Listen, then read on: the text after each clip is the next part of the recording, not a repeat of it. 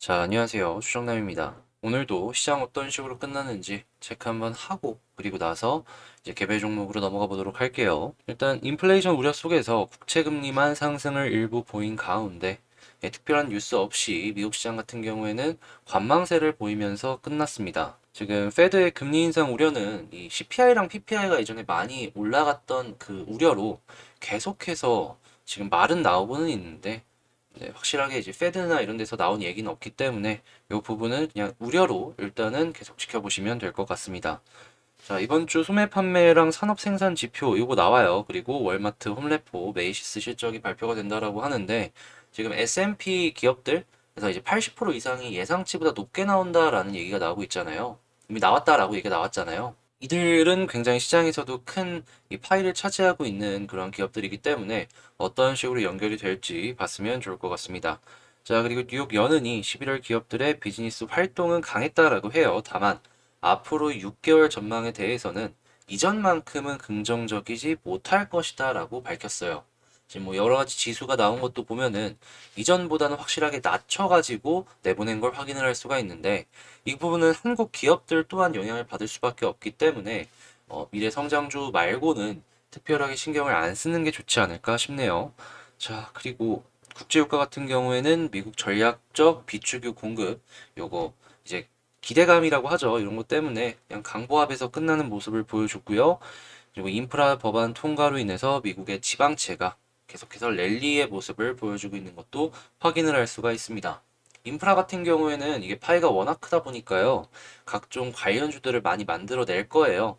여기서 이제 후발주자들 어떤 게 올라갈지는 모르겠지만 한 번씩 디깅을 해보시는 것도 괜찮을 것 같고 모건 스탠리가 내년 주식시장 힘들 것이다 라는 발표를 했네요. 한국 시장은 개인적으로 조금 좀 아쉬워 보인다라고 생각을 하는 게 뭐냐 하면 아무래도 삼성이랑 하이닉스가 굉장히 큰 비중을 차지하고 있잖아요. 근데 디램 가격이 꺾였어요. 어제 뉴스 제가 말씀드렸던 것 중에 하나가 서버용 디램 가격도 지금 꺾였다라고 얘기가 나오고 있는데 디램의 비중이 상당히 크잖아요. 이 두 기업 같은 경우에는. 그래서 이제 내년에 실제로 이제 급격하게 디램 가격이 꺾이기 시작을 하게 된다면 생각보다 이 한국 증시를 봤을 때 굉장히 안 좋은 영향으로 다가오지 않을까 싶네요. 자, 그리고 유럽 코로나 확산 계속 얘기 나오고 있죠. 지금 영국 같은 경우에는 40대까지 부스터샷을 확대시킨다라고 하고 있어요. 자, 그리고 인텔 같은 경우에 중국 생산 계획을 어느 정도 밝혔었는데 지금 미국 행정부에서 제동을 건다라고 합니다. 그러면서 지금 무산 위기가 생겼다라고 하는데 이걸 보면서 이제 미중 간의 갈등은 점점점 심해지고 있다. 이렇게 해석을 해볼 수가 있겠네요. 자, 그리고 웨이퍼 가격이 급등하고 있다라고 해요. 반도체에서 이제 부품 관련주들이 계속해서 꿈틀할 수밖에 없는 이슈다라고 보여지는데 다음번에는 어떠한 곳에서 또 급등을 할지 이것도 보면 좋을 것 같고요. 자, 그리고 파운드리가 지금 주문 폭주가 시작이 되고 있다라고 해요. 삼성 같은 경우에도 파운드리 일부 물량을 거절한다라는 얘기가 나오고 있는데 파운드리 관련주들 이쪽은 지금 가격도 올린 상황인데도 불구하고 주문 폭주가 나오고 있는 거니까 관련주로 한번 보시면 좋을 것 같고요. 한국 조선업이 살아난다라는 얘기가 계속해서 나오고 있습니다. 제가 이전에도 중공업 얘기하면서 계속 말씀을 드렸었는데 이쪽은 그냥 봐야 될 것 같아요. 향후 한 2년에서 3년 정도는 계속해서 우리 미래 먹거리로서 다가올 수 있지 않을까 싶네요. 자, 그리고 오늘 10월 산업생산 소매 판매가 발표가 됩니다. 오늘 나오는 것 보면서 인플레이션 어떻게 봐야 될지 하나의 중요한 지표로서 쭉 보시면 될 것 같네요. 자, 이렇게 시장 정리 한번 쑥 해봤는데 아시잖아요. 이거 정리하는데 오래 걸려요. 그러니까 잘 들었다 라고 생각을 하시면 구독과 좋아요 한 번씩 부탁드리고 오늘도 개별 종목 한번 보도록 하겠습니다. 제가 이번에 가지고 온 종목은 대한전선입니다. 지금 대한전선 오늘 좀 빠지는 모습 보여주고 있죠. 뉴스가 뭐가 있는지 한번 보도록 할게요. 지금 대한전선 시간의 주가도 헐헐 3분기 실적 호조 시간 외 같은 경우엔 지금 빠지는 모습 보여주고 있으니까 이건 패스하고 보시면 되고요. 네, 요거 보면 됩니다. 3분기 실적이 호조를 보여주고 있다. 지금 최근에 미국 쪽에서 대규모 계약 하나 맺어온 거 있잖아요. 거기에다가 그 계약이 들어오기 전부터도 이런 식으로 실적이 굉장히 좋아 보이는 모습을 보여주고 있는 상황이기 때문에 아 그냥 잘 나가고 있구나. 잘 나가는 회사 중에 하나다 정도로 생각을 하시면서 보시면 될 것 같습니다. 최근에 원자재 가격도 많이 좀 안정을 보여주고 있어가지고 이 영업이익적인 부분에 있어서도 상당히 유리한 부분으로 한 발씩 걸어나갈 수 있지 않을까 싶네요. 자, 그리고 물 들어올 때 노젓는다고 이번에 호방그룹에서 신입 경력 300여 명 대규모 공채를 한다라고 해요. 근데 갑자기 웬 호반이냐? 호반이 대한전선 인수한 기업, 모기업이거든요. 그러니까 이제 대한전선에 투입할 사람들도 이제 뽑아가지고 넣을 거 생각을 하면은, 아, 이번 대규모 공채 같은 경우에는, 확실하게 돈을 벌고 있는 증거 중에 하나구나 정도로 생각을 해볼 수가 있을 것 같아요. 미국 같은 경우에는 지금 계속해서 뭐 별의별 얘기들이 많이 나오고 있어요. 이번에는 이 인프라 투자 때문에 미국의 지방채, 지방채들이 막 꿈틀꿈틀하는 모습도 보여주고 있다라고 하는데, 워낙 큰 돈이 이 시장에서 왔다 갔다 하다 보니까 대한전서도 수혜를 받으면 받았지 악재로 연결이 되지는 않을 것 같아요.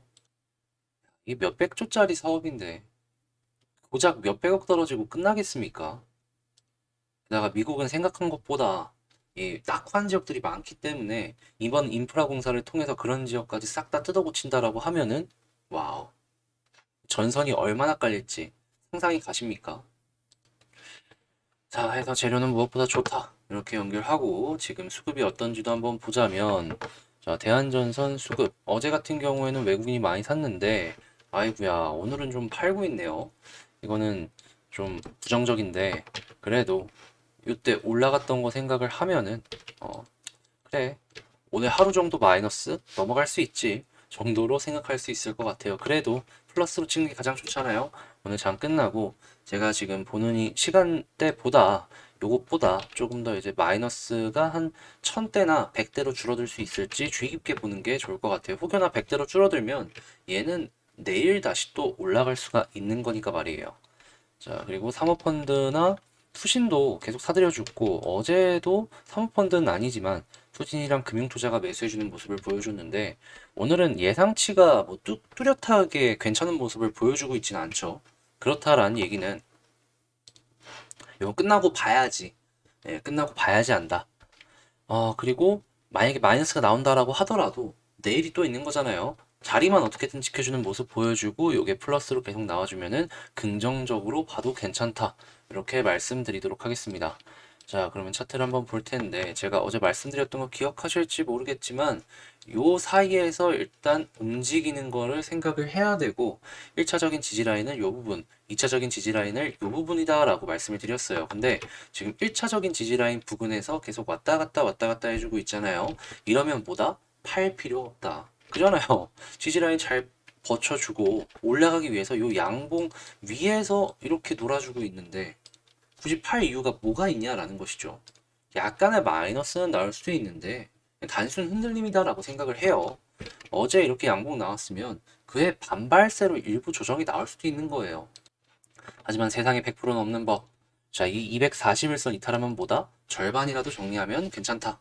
나머지 그리고 또 절반 갖고 있다가 올라가면은 판만큼 사면 되는 거니까요. 자, 전략은 굉장히 단순하게 이렇게 보시면 될 것 같고, 지금 드는 생각이 뭐냐면, 지금 요 부분에서 저항을 받고, 어제 다시 한번 시도를 안 해줬단 말이에요. 그리고 오늘도 여기 뚫으나 싶더니 또 떨어지는 모습 보여줬고요. 이 부근이 골칫거리로 작용을 하지 않을까. 하지만 골칫거리가 갑자기 뚫리게 된다면 이때부터 또 올라가는 거 그려볼 수 있겠습니다. 그리고 만약에 여기서 횡보를 조금 더 해주게 된다면 11선 계속해서 아래로 떨어져 줄 것이고 21선도 떨어져 줄 거고 그러면은 한 번 정도 봉이랑 맞닥뜨리는 상황을 볼 수가 있겠죠. 뚫고 올라가는 순간부터 본격적인 상승으로까지 생각을 해볼 수가 있을 것 같다. 이렇게 볼 수 있겠습니다. 제 개인적인 취향은 21선인데요. 어제도 말씀드렸지만 11선 부근에서도 많이 눌려주는 그런 모습을 많이 보여줬기 때문에 11선 돌파하고 이렇게 돌아주는 모습 보여줬을 때 주가 여기 있고요. 그때 일부 추가 매수도 생각해봐도 될 것 같네요. 근데 만약에 떨어졌을 때보다 이 부분 떨어지면 절반 매도하셔라.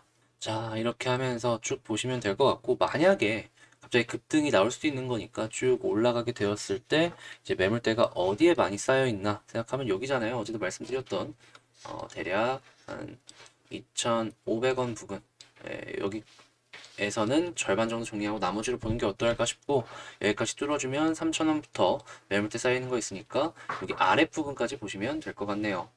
제 영상 도움되셨다라고 생각하면 구독, 좋아요 한 번씩 부탁드리겠습니다. 그리고 제가 곧 있으면 멤버십을 시작을 해요. 네, 이제 한 내일이나 모레쯤 열리게 될 것 같은데 자, 이제 관심 종목을 한 15개 정도로 정리를 해 놓을 거거든요. 1일 1 영상 이제 계속해서 업로드를 할 거고, 평일날. 그리고 이제 좀 좋은 거는 넣고, 거기서도 이제 그림 이탈했다 싶으면 빼고 해가지고 계속해서 실시간 업데이트를 할 거니까, 아, 얘가 지금 관심 종목으로 뭘 보고 있나 궁금하시다면 한번 생각을 해보시는 게 좋을 것 같습니다. 자, 그러면 저는 다음에 더 좋은 영상으로 다시 찾아뵙도록 할게요. 이상 주식 정리해드리는 남자였습니다. 감사합니다.